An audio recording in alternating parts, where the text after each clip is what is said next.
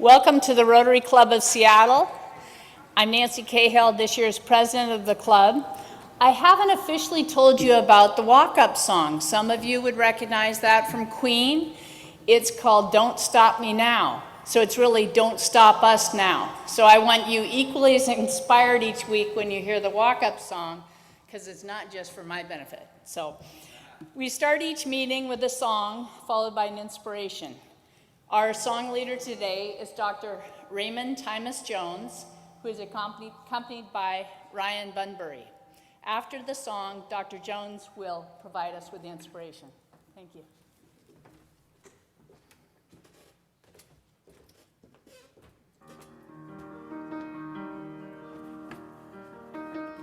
Before we sing today, I would like very much for us to take a moment in honor of the loss of life, displacement of individuals in Israel and in Gaza, and for us to pray for a resolution and peace. A moment of silence.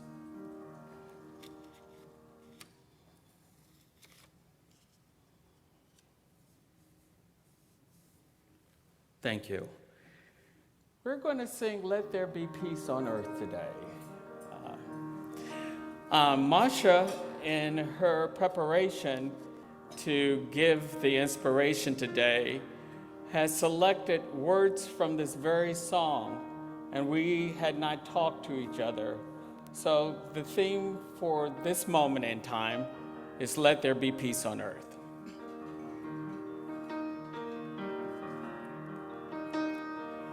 Let there be peace on earth, and let it begin with me. Let there be peace on earth, the peace that was meant to be, with God as creator. Family are we. Let us walk with each other in perfect harmony. Let peace begin with me. Let this be the moment now. With every step I take, let this be the solemn vow to take each moment and live each moment in perfect harmony. Let there be peace on earth, and let it begin with me. Thank you.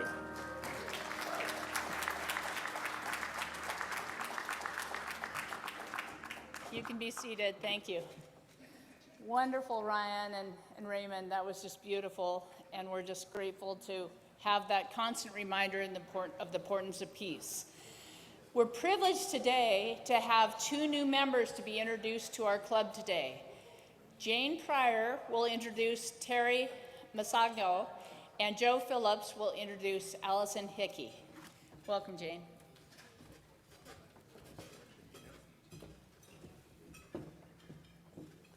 I'd like to introduce you to Dr. Terry Masango, Classification Human and Community Services.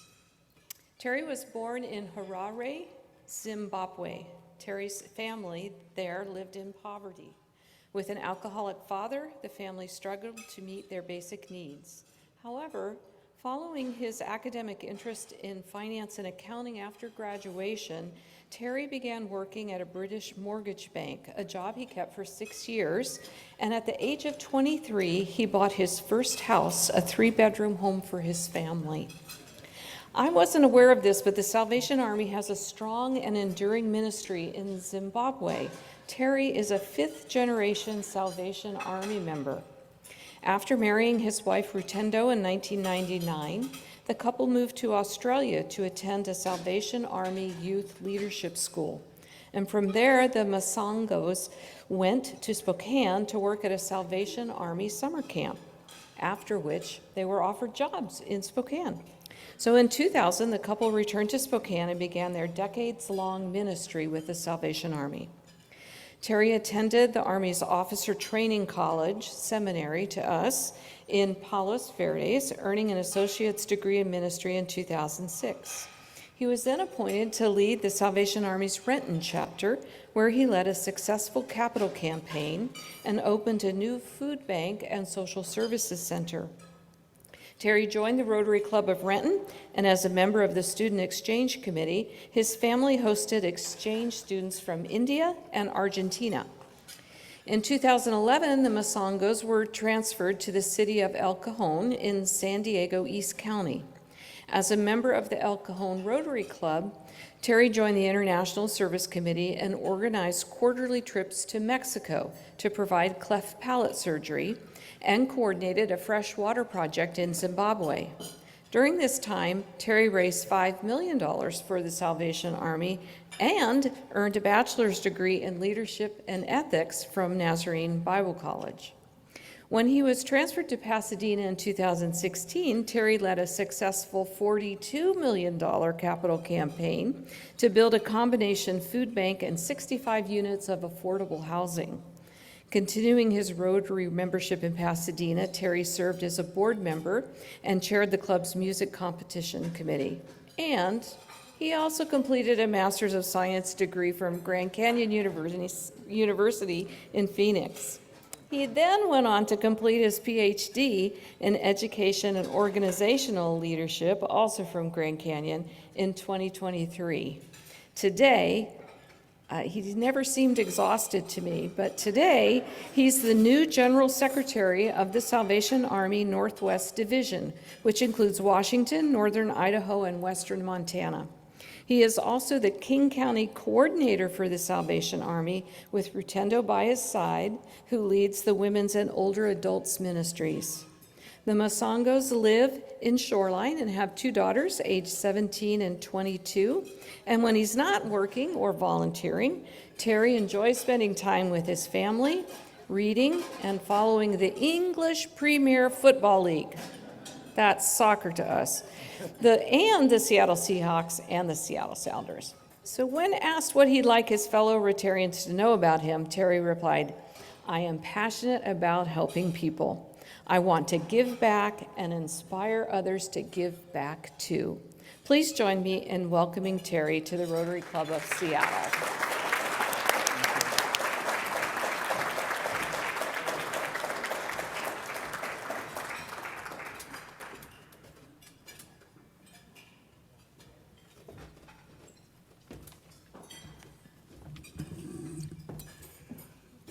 Good afternoon, everyone. It's my honor to introduce our newest member, Allison Hickey. Allison currently serves as Executive Vice President of the Western Division for the American Lung Association. Allison was born in Tacoma, but her father served in the Air Force, so at the age of 6 months, she began a whirlwind tour of the U.S. until finally settling down in Southern California during her junior high years. From there, she went on to study interior design and business at the University of Redlands and at Cal Poly San Luis Obispo. Earlier in her career, she was involved in the marketing field, which culminated in co-founding, along with her husband John, a marketing firm that focused on the entertainment industry with clients such as Disney and Buena Vista. When 9/11 came along, however, businesses cut back on their marketing spending, and it became a good time to sell the business. That led to the decision for the family to travel the U.S. in an RV for 1 year, which included homeschooling a kindergartner and a second grader and bringing along the family cat. That trip led to the family voting that Nashville was the best spot in the nation, and that is when Allison started her career in the nonprofit sector. Nashville did not last very long, though, because soon they moved to Arkansas, where Allison joined the American Diabetes Association.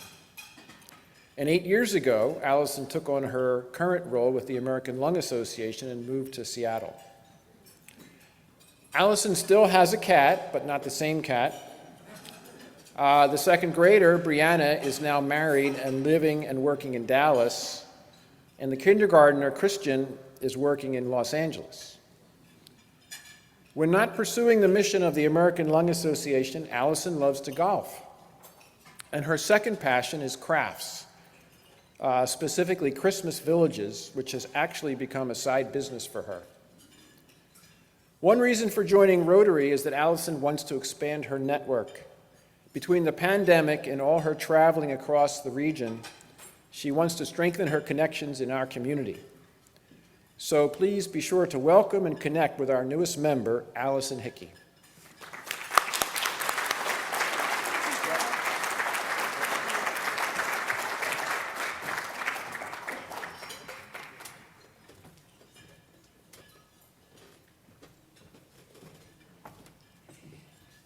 Thank you, Jane and Joe, for your wonderful introductions, and welcome to Terry and Allison.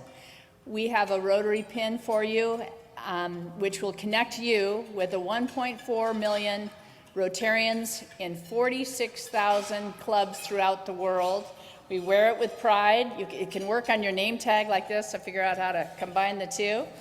And the good news is you've seen probably some people in the room that have another more colorful tag, and that's from our Seattle Rotary Service Foundation for people that have already donated this year. So we look forward to you adding to the pin collection, all of you in the room. Thank you. We have several visitors with us today. When I read your name, please stand and remain standing until all have been introduced so that we can welcome you. First, we have Armin Rohanifer. He's a senior business development manager at Expedia and a prospective member that we enjoyed meeting last week. We have Matthew Morrisfelder. He's an attorney at Safarth. He's a prospective member. We have Jonathan Kilpatrick. He's the owner of Insight, a former member that we hope to have back in the fold soon, and he is a guest of John Kilpatrick. They have a similar last name. There could be a connection. We have three of our guest speakers that you'll meet on the panel soon. One is Leonard Garfield, the Executive Director of MoHi, Joel Tan, the Executive Director of Wing-Luke Museum, and Brent Mason, the Executive Director of the Foss Waterway Seapoint Port Museum. We have soon to come on the stage Cliff Lentz, who is a Music for Life Board of Director and a guest of Marley Iverson.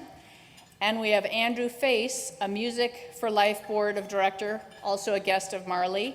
And finally, Susan Oltman, Executive Director of the American Lung Association, a guest of our newest member, Allison Hickey.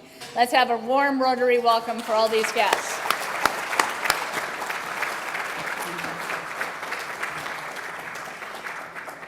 So Cliff Lentz is here to share with you about a Rotary District project known as Music for Life. Some of you will recognize Cliff from his 22 years at King TV, including 17 years as host of the Seattle Today Show. In addition, he hosted and produced a children's show known as Music Magic. Cliff is a board member of Music for Life. After Cliff's short program, John Bridge will come to the stage to lead the wonderful panel of our museum directors. Cliff?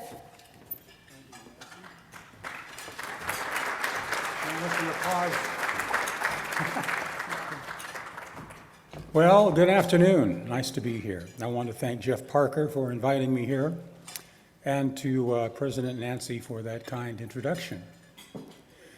Before I start, let me say that I'm aware that this club was Eric Bremner's home away from his King Broadcasting home for many years, and how much we all miss him. He was not only my boss, but my friend.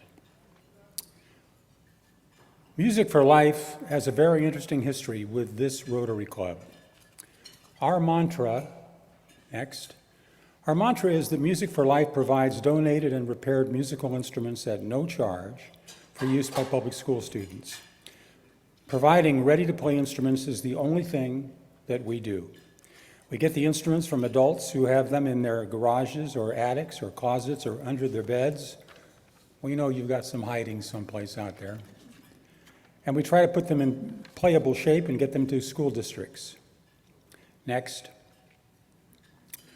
Research shows that music programs, instrumental and vocal, do great things for kids in class. All this is in addition to what it teaches in terms of teamwork and self-discipline. So, better students make better schools make better citizens, and better citizens make better communities. But participation in instrumental music activities helps all kids. But that is unless their families can't afford to get them a musical instrument. In today's pandemic recovering economy with homelessness and hungry families, many families can't even afford to rent a musical instrument for their students. Next, here's where we step in. We get the used musical instruments repaired and ready to play. In other words, we provide an equal opportunity for the equal education that's guaranteed by all, or to all, by the Washington Constitution. So Music for Life is an independent 501c3 nonprofit organization that is supported by many local Rotary clubs, starting with this one, also supported by government agencies, corporations, foundations, individual donors, and many others. Next. Since 2007, in addition to Seattle, we've added programs for Highline, Shoreline, Edmonds, Everett, North Shore, Bremerton, Auburn, Kent, Marysville, and Riverview Public Schools. Next. We get price discounts on repairs and on new purchases when we have the financial resources to buy new instruments. We get those discounts, and then we get to work distributing the instruments. We've been advised by Jeff Borick that the district on Saturday approved Music for Life and the other 4 current district projects for an 18-month term as new definition to official district project is developed. I can assure you that we will be closely involved in that process. We've also been given the Friend of Music Award by the Washington Music Educators Association twice and are looking to expand it, and Rotary's reputation for community service statewide and beyond. We're all proud of our students, but how is it that some kids can compete in the Ellington or other national jazz festivals? Well, because as with all of us, they all start somewhere. It's the young kids we emphasize with the idea. The idea is a rising tide lifts all boats. We believe that all of them should be helped, not just the ones whose families can afford to get them a musical instrument. Next. We've just announced that in our fiscal year ending on August 31st, we've delivered 258 ready-to-play full-size musical instruments, plus 1,375 recorders. Yes, you can applaud that.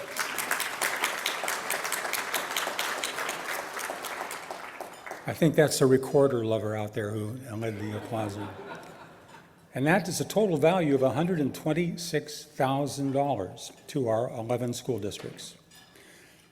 Mainly due to its sheer size, Seattle Public Schools has been a different challenge.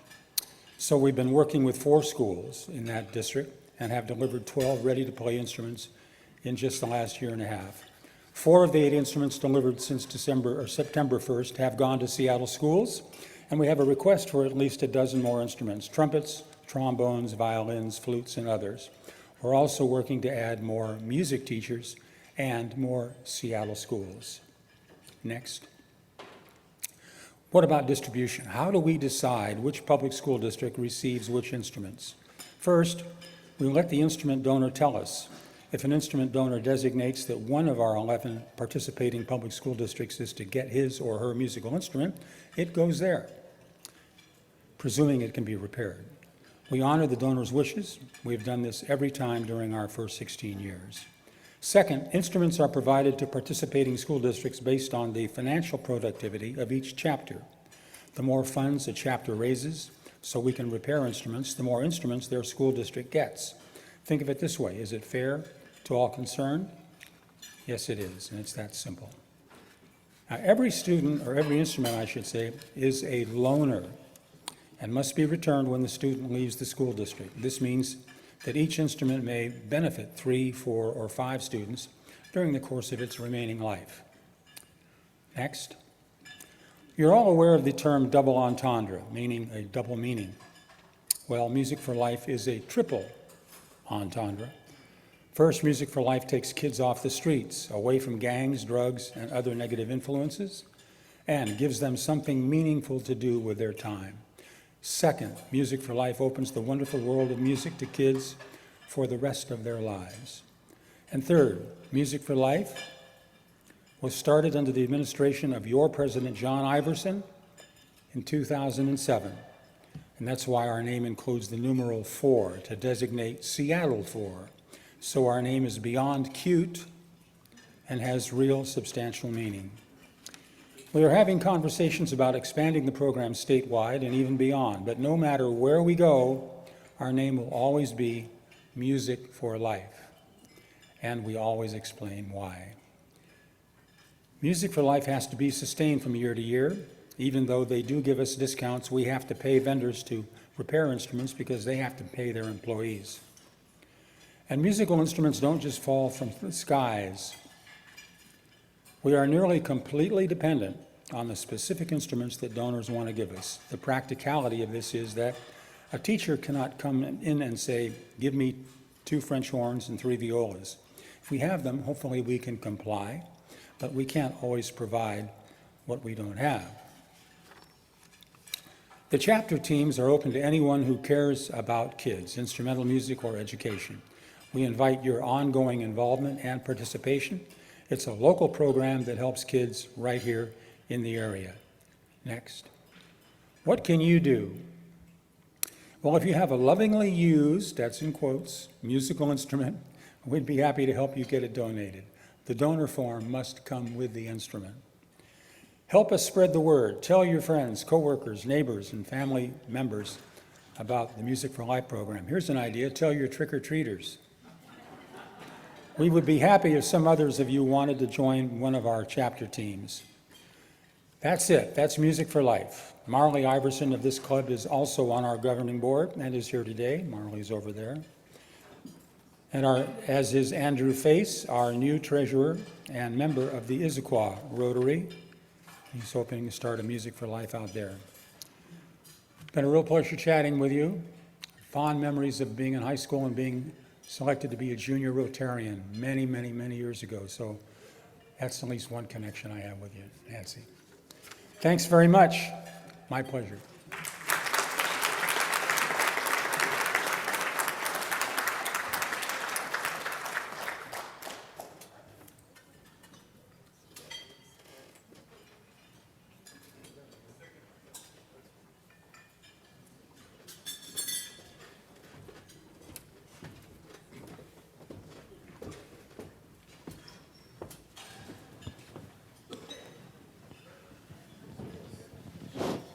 Just want to make sure that the microphones are all on, and it's really a pleasure to be able to be here today to talk a little bit about the museums in our area. And we have 3 wonderful executive directors of our museums around here that are going to be able to tell us a little bit about the museums, tell us a little bit about where the museums are going and where they've been. So without further ado, I'm going to sit down and introduce the panel here. Of course, President Nancy has already told us that we have the 3 guests here today.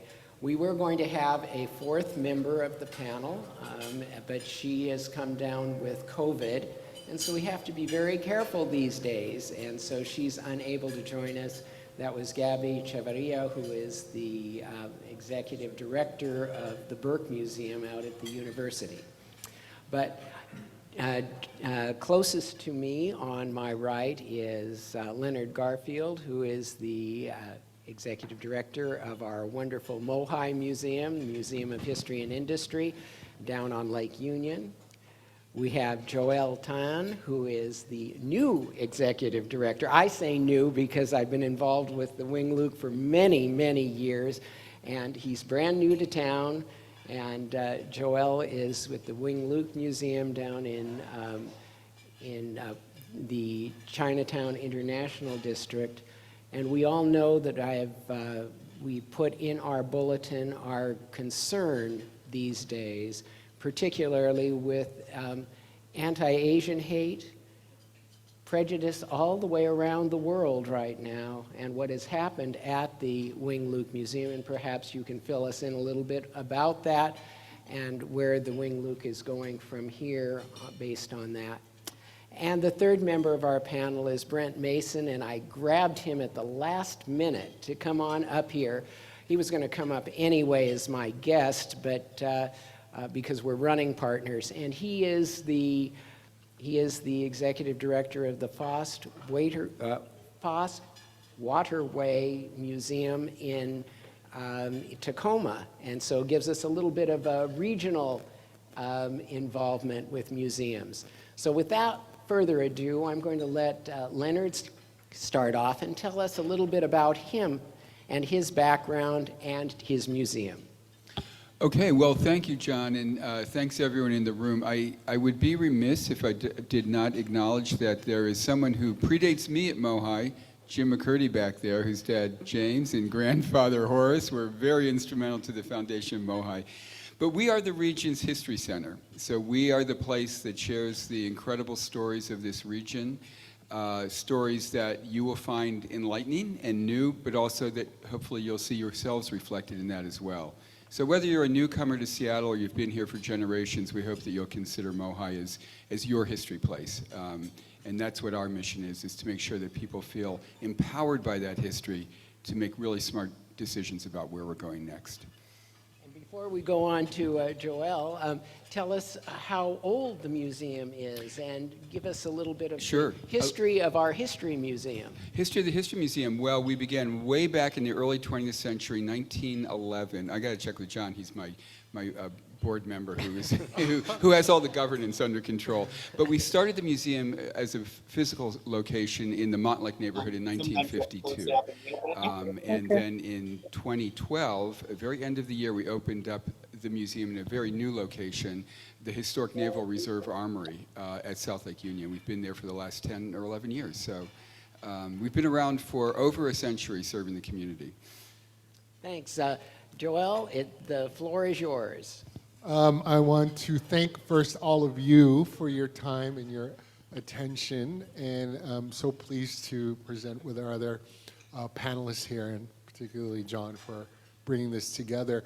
We're in our 55th year at the nation's only Pan-Asian American Pacific Islander and Native Hawaiian art, history, and culture museum in the nation's only Pan-Asian neighborhood. Right? And we make sure to mention that because the uniqueness of this kind of solidarity, the pan value works throughout both the museum and the neighborhood. We're also a Smithsonian affiliate and a National Park Services affiliate. And we like to think that we focus very much on local issues that have global shoots. Like local roots, global shoots. And over the last 55 years, that's been our pattern. I would say that it's an exciting time in general, but particularly in the neighborhood, there is at least two things happening at once, and that is that there is incredible regeneration post-quarantine, an incredible creative renaissance in new businesses, creative endeavors, artistic pursuits in the neighborhood. At the same time, the neighborhood has been declared one of U.S. endangered places by the National Historic Trust. So we are at a pivotal moment, and as John had mentioned, we experienced a life-changing event for many in the neighborhood. And I just want to acknowledge our Chinatown International District protectors are here. Some of our Wing Luke Museum makers are here. And so that, again, I want to point to the pan of things where since I'm the newest in the museum, I know that there are many more of there out here that I haven't met yet, and I look forward to that. A year and a half ago, I moved here with my husband from Hawaii Island, where we have a home there, and I was doing a lot of social impact work, but I've generally spent my life in between arts and public health. All right, now we're going to move on to hear from Brent Mason at way down there in Tacoma at the Foss Waterway Seaport Museum. So tell us about that and your background. Thank you, John. Thank you to everyone here. I'm honored to be on the stage with these two gentlemen. First of all, I always have to do kind of a hand check. How many of you have even heard of the Foss Waterway Seaport Museum? That's better than what I thought. There are people in Tacoma that don't even know we're there. Anyway, I'm sure that we'll probably get into this in the next 15, 20 minutes, but I began at the Seaport back in December of 2019, and approximately 2.5 months later, I got to experience, as a first-time executive director, the privilege of closing our doors for the next 18 months. And since that time, by the way, any of you that are ascribing to be an ED for a nonprofit, I wouldn't recommend that course. But it's worked out. As Joelle indicated, not only with Wing Luke, but I think with museums all over the region, those of us that have been able to survive, we are experiencing a bit of a resurgence. I'm not sure whether it's kids and adults kind of wanting to reconnect with history, or just the fact that we were so tired of being cooped up for 18, 20 months that we'd go anywhere to get outside. The Seaport building is actually called the Balfour Dock Building. It's a 123-year-old warehouse, which used to be a mile-long stretch of warehouses along the Foss Waterway. By hook or by crook, this particular building was able to survive Mother Nature, pest, and fire. And if you've been there, you know it's a magnificent building. Thank goodness for brick firewalls, because that's what kept it from burning down. The city, back in 1999, 2000, a couple of individuals came along and thought that it was worth preserving. And 23 years later, and about $24 million later, we have the Seaport. We're very proud of it. I can't speak for Leonard and Joelle, but my feeling is the purpose of the museum is to be able to remind us of the past so that we can plan where we're going. And I try to tell that to kids and adults, but mainly with kids. And it's important that in this day and age of the 12-second media grab and iPads and cell phones, that our challenge is to be able to present museums in a way that is of interest to those folks, to those kids. And my analogy that I use is that history is like vegetables. Kids don't like them, but they know they need to eat them. And so our challenge is, how much mac and cheese do we have to pile on those veggies to get them to consume it? And in many cases, they may not know it. They may not remember that brief encounter that they had with a piece of history at the Seaport today or tomorrow. But my hope, our hope, is that somewhere down the line, I call them a brain fart. They have a brain fart, and they remember their experience at the Seaport, and they remember why that wooden boat was so important, or why that particular individual was so important to history. And so lots of challenges. We'll cover some of them in a brief way this afternoon, but that's a little bit about the Seaport and where we're headed, and I'm honored to be here. Thank you. Well, that's great to hear. One of the things that I was going to ask right away was about COVID. We'll get to that in a minute, though. But what you just brought up, Brent, is something that's really near and dear to my heart, and that is education of our youth and how we can build whatever we're doing for the future, because that's where it's all about. So I'd like to sort of explore with each one of you those, and I know both at MOHI and I know from my involvement in Wing Luke, a lot of the programs that have been established for young people and the projects that have been undertaken. So tell us all a little bit about that. Why don't we start with you, Leonard? Sure. Yeah, well, that's so true. I think at the core of what all of us do in the museum field is education, just in the way John described. We serve about 30,000 young people and their teachers and their caregivers every year, and we do that in the museum. We do that remotely online, and we do that through programs where we take the museum to the classroom. And what we try to do is give teachers the content for the skills they're trying to develop. So teachers have to meet many standards established by the state in social studies, in civics, in history. But the content for teaching that, the real stories, the experiences, the hands-on activities, are what the museum can provide to help those teachers deliver those goals and help those kids learn. So we're very excited about that. Let me give you two very, very quick examples. One is on our program that we call the Innovation Classroom, where we invite kids to come in to learn about the incredible history of this community in terms of innovating.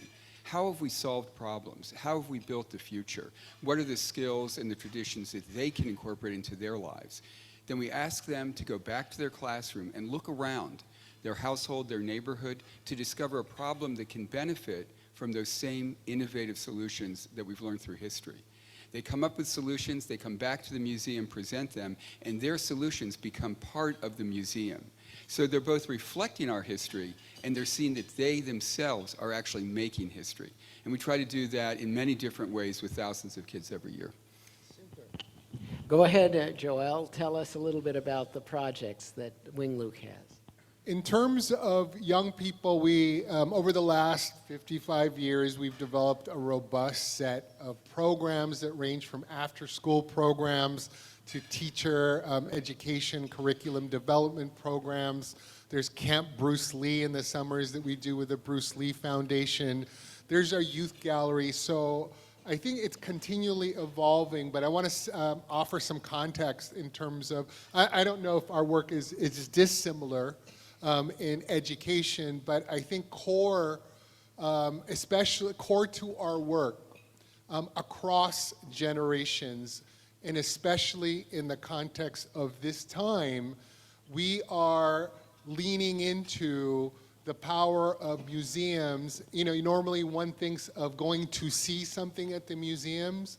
Well, what we've seen over and over again in our museum is that not only people come to see us, but people go there to be seen in their best light, to be heard in their authentic stories. So whether it's a fourth grader or one of our new exciting partnerships is with AARP Washington and National. So it's this idea of, for many of us who come from, all of us who are from migrant families know that the power of intergenerational learning and exchange. So that's been happening, and we're going to lean into that even more now.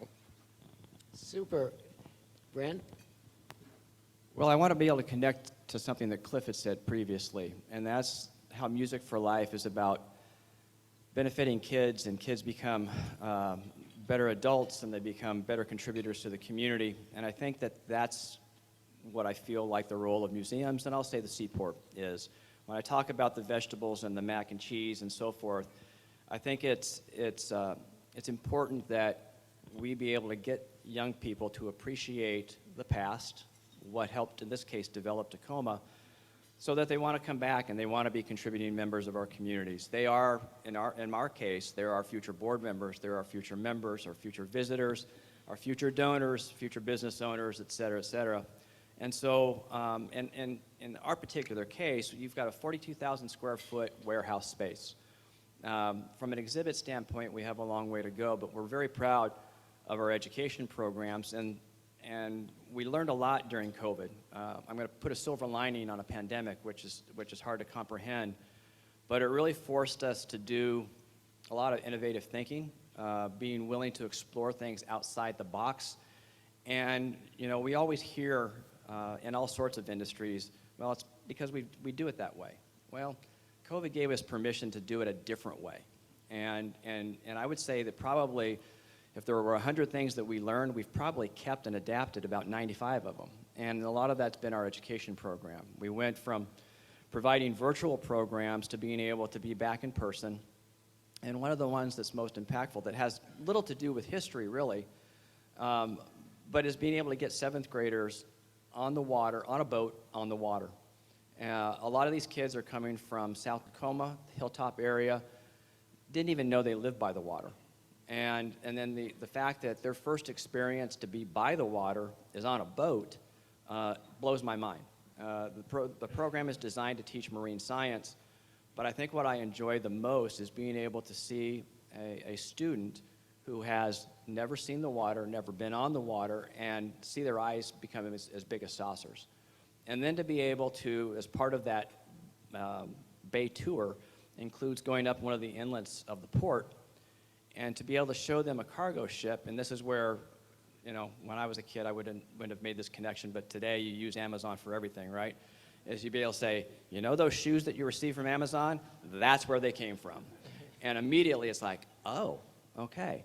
So it's being able to make those connections with kids, and it really doesn't matter what we use to do it, whether it's putting kids on boats to get on the water, whether it's using holograms to bring ancient people alive and in front of them, whether it's using virtual reality, artificial reality, augmented reality, whatever you want to call it, it's being able to see them really appreciate and grasp what many of us probably take for granted. And it's really, as I was telling my staff today, because it's budget time, that in many ways we had it easy during the pandemic because we got a pass. Nobody expected us to survive, and then we did.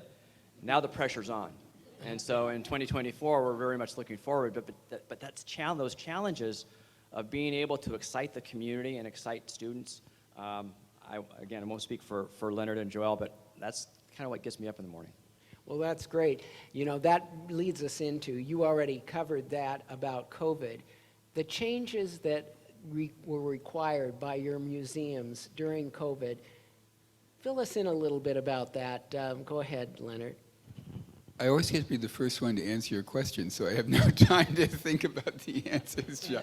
So, okay, but I'm going to take on that challenge. I'm going to echo what Brent said. I think COVID, in a sort of interesting way, did have one silver lining for organizations like ours, which it allowed us to discover the power that we had not fully exercised in reaching a much larger audience. That seems strange because we were closed for 18 months or whatever. But we discovered that there was a huge audience for our services remotely. And it isn't just geographic remoteness, it oftentimes had to reflect on their accessibility. The ability to get into a car and drive through Seattle traffic. The ability to physically get to a place where maybe you had physical challenges. The financial barriers that are sometimes posed by making a day out of visiting a museum in a traditional visit. So COVID allowed us to discover that remote audience, and emerging from COVID, we know we have to stay with that audience, as well as re-welcome the audience that comes in person. So that's been an enormous change. And then I think the other change, John, just really quickly, is that in the midst of the pandemic, the world was turned upside down, and we discovered that all the issues that we knew about but had never addressed with social equity, with racial equity, with accessibility and inclusion, we now had to address them. And going into the post-COVID world, we don't have any excuse not to be a fully inclusive and welcoming space where people come to be seen as well as to see, as Joel said. That's superb. Fill us in a little bit, Joel, on what the Wing Luke's COVID response has been. Well, the COVID response in many ways was just to defend, because the neighborhood itself was attacked and targeted, and it does not stop.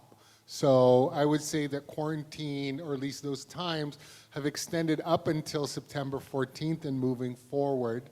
I think some of you might have heard that on that day, we experienced a hate crime where 9 out of our 10 windows were bashed in when somebody came in to do this because the Chinese ruined his life. So, you know, when asked about that incident, I can't help but relate it to the series of events, not just related to quarantine, But that sledgehammer started to swing back as far back, if not further, than the Chinese Exclusion Act. So that neighborhood can tell stories about what's happened to the many different families, and there is all of the post-traumatic resilience that is happening, and at the same time, the most recent city infrastructure project is once again threatening the neighborhood. So think about the Dome project, the I-5, so 100 years back, 100 years forward. All that to say is that how do you still then explain the fact that we have an uptick in admissions and people coming in? We believe that it has to do with people feel the needing to be seen and to be heard. Especially since September 14th, that has been the case. So if anything, we focus on the need for and the power of proximity. And I believe that is something we should all share right now as a goal, to have more proximity in order to get to a better place than we are now. And so I'll ask this boldly and say that many of you I don't know yet, but for us, we are thinking about what do we need to do to be able to not only weather, but thrive in these uncertain times. What do we need to do to surrender, but not be about resignation to the hardships that are here? What is the right kind of surrender to the reality of things so that we can move forward with hope? And it isn't just a wish or a message. We are operationalizing and quantifying hope. At least we're doing the best we can. Well, that's great. You know, I want to leave some time for audience questions. I have a whole bunch more questions that I was going to ask the panel, but they've been so good with expressing themselves and what they have done. I want to add one other thing, that each one of these museums is a nonprofit organization, and they rely upon us as a community for support, whether it's in Tacoma, whether it's Wing Luke, whether it's Mohi. I know Wing Luke just had their big gala, and you can always donate. I know that Brent has had a gala also, and Mohi's is coming up on November 3rd, right? Anyway, I have to give that as a plug just because I'm on the board, and I need to do that. But now, I'm going to open this up for a few questions, right? Do I have a few? I like them. No, here. We're short just one microphone today, and we have the lovely Miss Janelle Johnson, who's going to moderate a couple of very quick questions for us. So thank you all so much for being here. And Joelle also helped with planning this whole entire panel, too. So we want to thank her. Okay, any questions?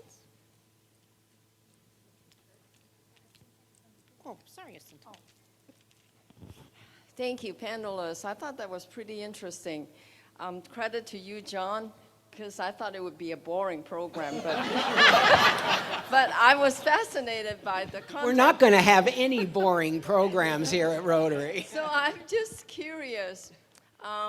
You guys are sitting over here. Will you guys have some collaboration projects among yourselves? I know Joey always have projects with other Asian American museums in the country, but among you guys, you can actually start some collaboration projects. Wouldn't that be exciting?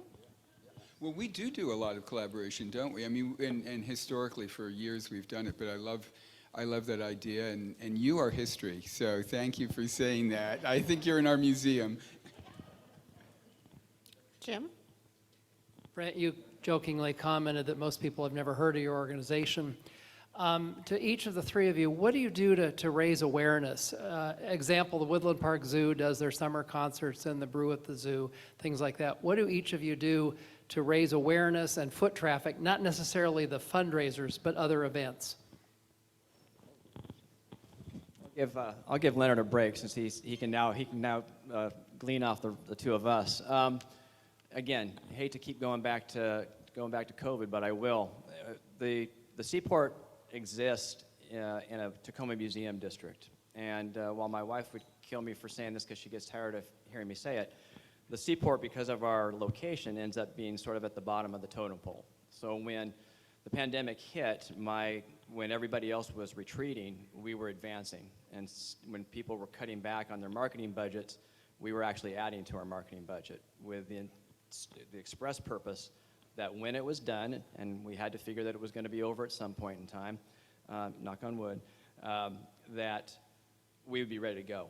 And so that's kind of what we've done. We really hit social media hard. I learned what it is to be an influencer, and where to find them, and how to talk to them, and how to use them, and so forth and so on. So we probably invested at a time when most people were cutting back, and that seems to have worked. The way the Wing Luke Museum has evolved has been intergenerational and has been across different families, not only in the Asian American or Pacific Islander diaspora across, because it is that history of that neighborhood that was really developed along with other neighborhoods with the Four Amigos, our hometown heroes. So there's that intercultural legacy that lends itself directly to word of mouth, that kind of equity that we benefit from, and that plus the combination of different kinds of programs from asynchronous or digital, remote, to food tours, to Bruce Lee camps, that there is something across the life spectrum that it's really key. And moreover, we're excited because of our new partnerships and our new initiative that we're calling Arts and Culture as Apothecary, that recognizes that the work of culture and arts drives, accelerates much better health, much better government, and much better economy. So we take that culture and arts as apothecary approach, and one of the pillars of that is that in terms of new audiences is looking at audiences that are already there. We are heading into a future where in 2046 there will be no majority. And given the demographic trends in Washington alone, I would even venture to say, even if you are not Asian or Asian appearing, I'm going to ask you about your grandchildren. I'm going to ask you about your stepkids. I'm going to ask you about your daughter's partner. And then tell me you're not Black, Indigenous, or people of color, right? Depending on whatever it is. So I think we're leaning into that future and really the rise of the mixed race demographic where there's a lot of exciting potential. So we believe many more different kinds of people will come, and for now we hope that that includes some of you.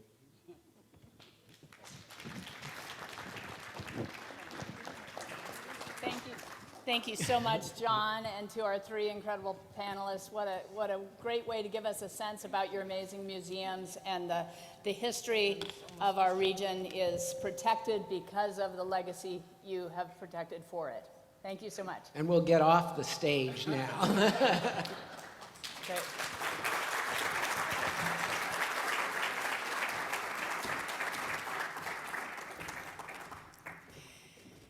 In appreciation of your time with us, gentlemen, we have, you can hand your seat, sorry. We have made a gift to Harvest Against Hunger of 60 portions of nutrient-dense produce in your name, and in appreciation for being here. We also have a gift card for each of you so that you are entitled to come back to our club as a guest of ours and bring a guest to see a future Rotary Luncheon. We're grateful to our two Seattle 4 sponsors, Joel Farrell and Bloodworks Northwest. Our sponsors contribute toward our costs for providing the incredible audiovisual for our meetings and for our hybrid Zoom experience. We do have opportunities for more sponsors, so let me or our club director, Mary Goldie, know if you're interested in being a sponsor. As a reminder of our new meeting cadence that started this month, we have a lunch meeting like this on the first and the third week. On the second week, we have a second week event for fellowship and opportunities to learn from each other. Last week, we had our first experience like that, and it was an incredibly well-attended event with a focus on Spotlight on Service. Our next second week event will be on Wednesday, November 8th at the Columbia Tower Club from 5:30 to 7, and we will focus on mentoring. Now, on the 4th, or either 4th or 5th, the last Wednesday of every month, we'll do a specific service event. And so next week, which is the last Wednesday, October 25th, we will gather at the Wellspring Family Services building, just 11 minutes from here, and have a chance at 12 noon to do some service, putting together some really useful packages of provisions for people who are in incredible need.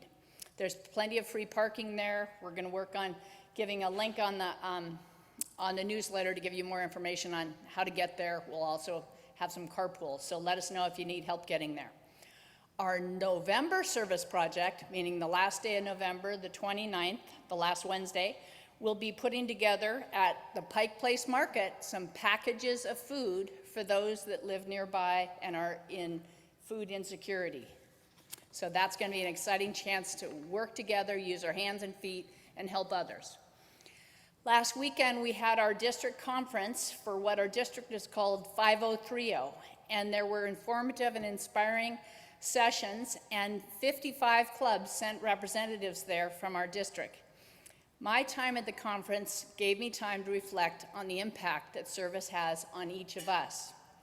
When we attend these luncheons, we get to enjoy incredible content like we had today.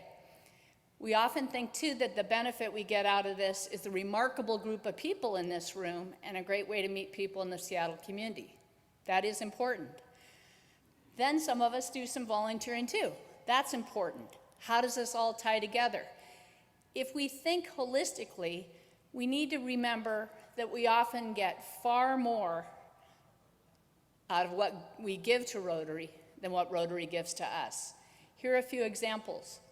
When we volunteer to tutor or help with an athletic program at the Rotary Boys and Girls Club, we connect and impact a child and help them on a path toward finishing their education. It also shows them that they're adults that care about them and their future.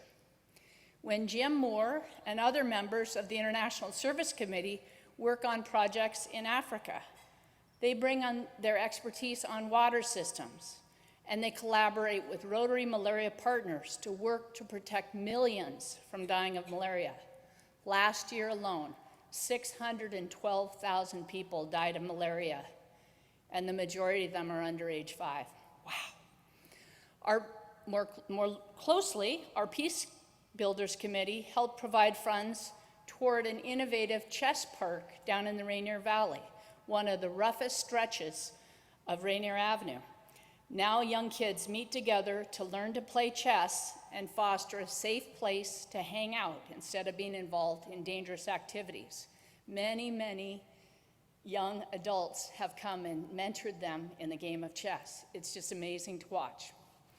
The Sustainability Committee gets involved in supporting sustaining growing conditions for produce and fish habitats, among other things. These are just a few of the examples of ways that members of our club serve. That is why we're promoting projects in which we can serve together. Serving others changes us. I've talked to many of you who volunteered with or mentored others over the years. Most of you say that you've built enduring connections, many of which you maintained for decades after ending your volunteer role. You have demonstrated these people that you care. You have shown them a path for change. And many of you are seeing that they are now serving to mentor others in the ways that you had done for them. You modeled that. You have been enriched by their relationship in your life.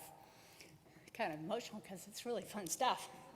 So remember, this is how I pivot in a good way. Beyonce came to town in September. She's pretty cool, right? She filled Lumen Field. Well, she did something really, really neat back in 2012 because she sang this incredible song at the 2012 Humanitarian Awards, and it was focused on how to volunteer. So the name of the song was entitled, I Am Here. So we're going to listen to the song. We got to hear it at the district conference, so inspiring.